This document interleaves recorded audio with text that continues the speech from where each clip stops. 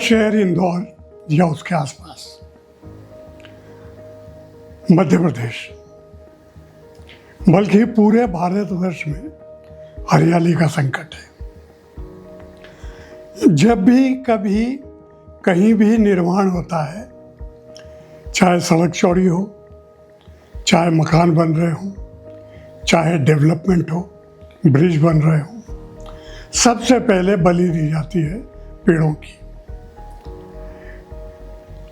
पेड़ काटने से निर्माण तो होता है, संरचनाएं बढ़ती हैं, लेकिन सबसे बड़ी तकलीफ की बात है इकोलॉजिकल बैलेंस या पर्यावरण के बारे में जो भी हम सोचते हैं वो बर्बाद हो जाता है। बचपन से सिखाया था कि जंगल, जल और जमीन, ये तीनों चीजें आपस में जुड़ी हुई हैं। हमारे पुरखे, परिवार के बड़े बूढ़े इन बातों को जानते थे। वे वृक्षों की पूजा करते थे। नवग्रह के वृक्ष होते थे, नक्षत्रों के वृक्ष और पौधे होते थे।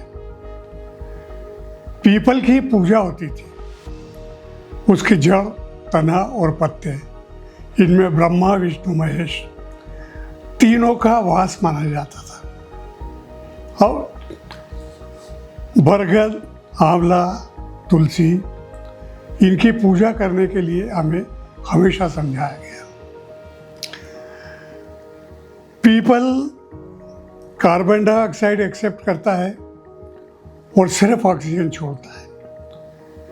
बाकी के पेड़, संभवतः आंवले को छोड़कर, फोटोसिंथेसिस, सूर्य की रोशनी में कार्बन डाइऑक्साइड को ग्रहण करते हैं और ऑक्सीजन छोड़ते हैं।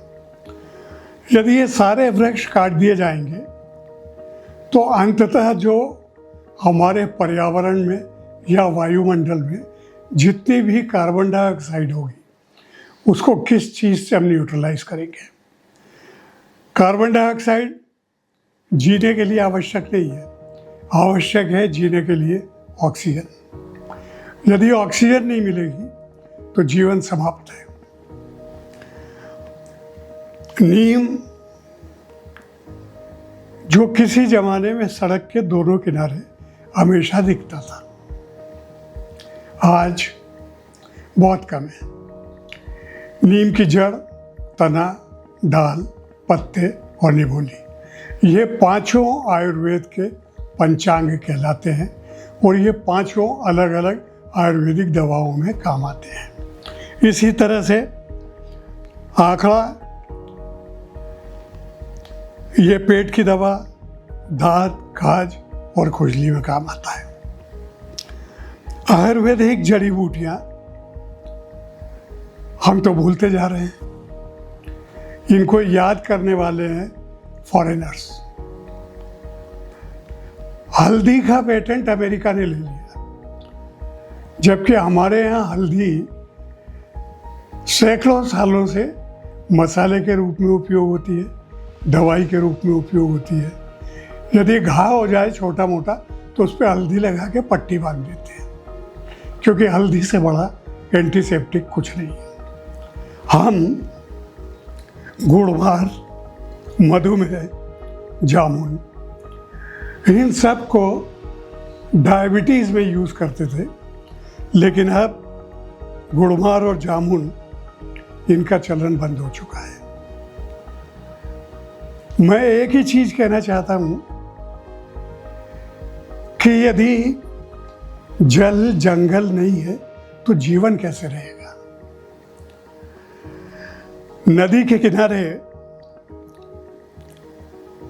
यदि हम पेड़ों को काटते चले जाएंगे तो वहाँ की मिट्टी ढीली पड़कर नदी के अंदर चली जाएगी और नदी की गहराई कम होकर उसका पाट या चौड़ाई बढ़ती चली जाएगी। जो नदी 30 फुट गहरी थी, अब वो 10 रह गई है।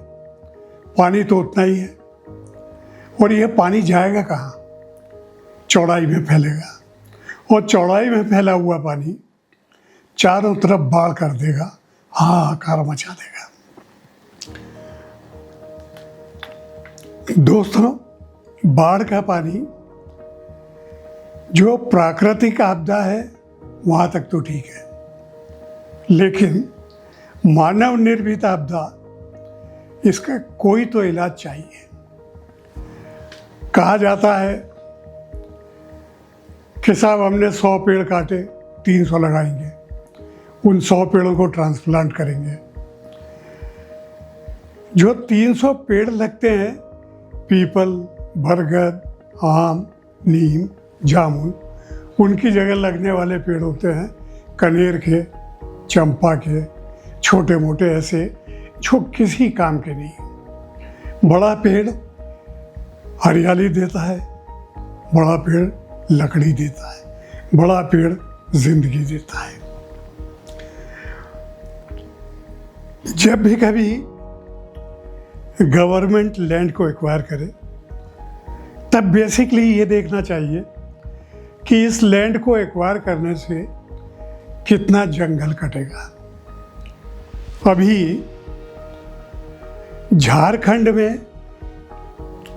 एक प्रोजेक्ट बना, उस प्रोजेक्ट में एक पर्टिकुलर एरिया जंगल का 25,000 पेड़ काट दिए गए। बाद में मालूम पड़ा अलाइनमेंट गलत था, तो वो सड़क दूसरी तरफ से निकलेगी, 40,000 पेड़ फिर कटेंगे। शहर इंदौर में कई जगह सड़कों को चौड़ा किया जा रहा है, कई जगह मकान बनाने की परमिशन दी जा रही है, कॉलोनीज डेवलप हो रही है।